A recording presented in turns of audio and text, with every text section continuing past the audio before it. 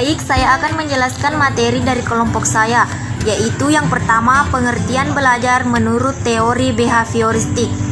Menurut teori behavioristik, belajar adalah perubahan tingkah laku sebagai akibat dari adanya interaksi antara stimulus dan respon. Dengan kata lain, belajar merupakan bentuk perubahan yang dialami siswa dalam hal kemampuannya untuk bertingkah laku dengan cara yang baru sebagai hasil interaksi antara stimulus dan respon. Seseorang dianggap telah belajar sesuatu jika ia dapat menunjukkan perubahan tingkah lakunya. Sebagai contoh, siswa belum dapat berhitung perkalian, walaupun ia sudah berusaha giat dan gurunya sudah mengajarkan dengan tekun. Namun jika anak tersebut belum dapat mempraktekkan perhitungan perkalian, maka ia belum dianggap belajar, karena ia belum dapat menunjukkan perubahan perilaku sebagai hasil belajar. Menurut teori ini, yang terpenting adalah masukan atau input yang berupa stimulus dan keluaran atau output yang berupa respon. Apa yang dimaksud dengan stimulus dan respon dalam proses pembelajaran? Stimulus adalah apa saja yang diberikan guru kepada siswa, misalnya daftar perkalian, alat peraga, pedoman kerja, atau cara-cara tertentu untuk membantu kerja siswa. Sedangkan respon adalah reaksi atau tanggapan siswa terhadap stimulus yang diberikan oleh guru. Menurut teori behavioristik, apa yang terjadi di antara stimulus dan respon dianggap tidak penting diperhatikan karena tidak dapat diamati dan tidak dapat diukur. Yang dapat diamati hanyalah stimulus dan respon. Oleh sebab itu, apa saja yang diberikan guru atau stimulus dan apa saja yang dihasilkan atau respon, semuanya harus dapat diamati dan dapat diukur. Teori ini mengutamakan pengukuran, sebab pengukuran merupakan suatu hal yang penting untuk melihat terjadi tidaknya perubahan tingkah laku tersebut. Faktor yang dianggap penting oleh teori behavioristik adalah faktor penguatan. Faktor penguatan adalah apa saja yang dapat memperkuat timbulnya respon. Bila penguatan ditambahkan, maka respon akan semakin kuat. Begitu juga bila penguatan dikurangi, respon akan semakin kuat. Saya akan menjelaskan teori belajar menurut beberapa ahli. Menurut Thorndike, belajar merupakan peristiwa terbentuknya asosiasi-asosiasi antara peristiwa-peristiwa yang disebut stimulus S dan dengan respon R. Thorndike mengemukakan bahwa terjadinya asosiasi antara stimulus dan respon ini mengikuti hukum-hukum berikut. Yang pertama, hukum kesiapan law of readiness, yaitu semakin siap suatu organisme memperoleh suatu perubahan tingkah laku, maka pelaksanaan tingkah laku tersebut akan menimbulkan kepuasan individu sehingga asosiasi cenderung diperkuat.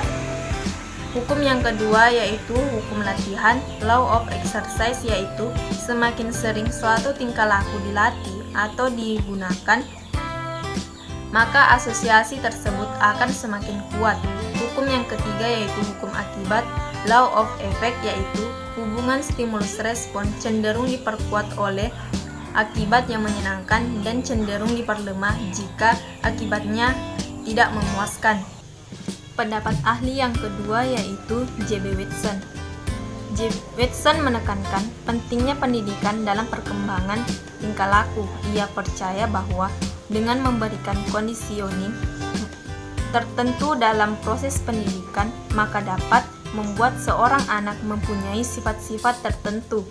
Ia bahkan memberikan ucapan yang sangat ekstrim untuk mendukung pendapatnya tersebut dengan mengatakan, "Berikan kepada saya 10 orang anak, maka akan saya jadikan ke-10 anak tersebut sesuai dengan kehendak saya." Watson tidak mempercayai unsur hereditas atau keturunan adalah penentu perilaku. Menurutnya, perilaku manusia adalah hasil belajar, sehingga unsur lingkunganlah yang sangat penting.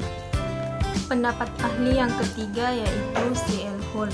Teori belajar yang dikembangkan oleh Hull sama dengan para ahli fungsionalitas lainnya, yaitu menggunakan tipe belajar hubungan stimulus respon SR. Menurut pandangan ini, belajar tidak terjadi secara tiba-tiba, tetapi karena adanya hubungan stimulus respon. Namun, menurut Hull, Selain hubungan antara stimulus respon, perilaku juga dipengaruhi oleh suatu proses yang terjadi dalam diri organisme yang tidak dapat diamati. Variabel ini kemudian dikenal dengan nama variabel intervening variabel. Dua hal yang sangat penting dalam proses belajar menurut Hull adalah adanya motivasi intensive motivation, dan pengurangan stimulus pendorong, drive stimulus reduction. Ada 3 macam variabel dalam teori Hull. Yang pertama, variabel bebas independen, yang merupakan kejadian stimulus secara sistematis dimanipulasi oleh eksperimenter. Yang kedua, variabel pengintervensi intervening, yakni proses yang dianggap terjadi di dalam organisme tetapi tidak dapat diamati secara langsung. Variabel yang ketiga yaitu variabel terikat dependen, yakni beberapa aspek dari perilaku yang diukur oleh eksperimenter dalam rangka menentukan apakah variabel bebas efek atau tidak. Di sini saya akan menjelaskan mengenai teori belajar menurut pendapat para ahli. Di antaranya yaitu pandangan Guthrie tentang hukum belajar. Hukum belajar yang dikemukakan oleh Guthrie adalah hukum kontiguitas, law of contiguity. Maksudnya adalah kombinasi stimuli yang mengiringi gerakan akan cenderung diikuti oleh gerakan itu jika kejadiannya berulang-ulang. Jadi, jika pada situasi tertentu kita melakukan sesuatu, maka pada waktu lain dan situasinya sama, kita akan cenderung melakukan hal yang sama juga. Dan yang kedua yaitu teori belajar menurut B.F. Skinner. Skinner 1958 memberikan definisi belajar. Learning is a process of progressive behavior adaptation. Dari definisi tersebut dapat dijelaskan bahwa belajar itu merupakan suatu proses adaptasi perilaku yang bersifat progresif. Ini berarti bahwa sebagai akibat dari belajar adanya sifat progresivitas, adanya tendensi ke arah yang lebih baik dari keadaan sebelumnya. Teori belajar menurut B.F. Skinner yaitu operant conditioning merupakan suatu bentuk belajar yang mana kehadiran respon berulang-ulang dikendalikan oleh konsekuensinya, di mana individu cenderung mengulang-ulang respon yang diikuti oleh konsekuensi yang menyenangkan. Di sini saya akan menjelaskan tentang aplikasi teori behavioristik sebagai kegiatan dalam pembelajaran. Hal-hal yang harus diperhatikan dalam menerapkan teori behavioristik adalah ciri-ciri kuat yang mendasarinya. Pertama, mementingkan pengaruh lingkungan. 2. Mementingkan bagian-bagian.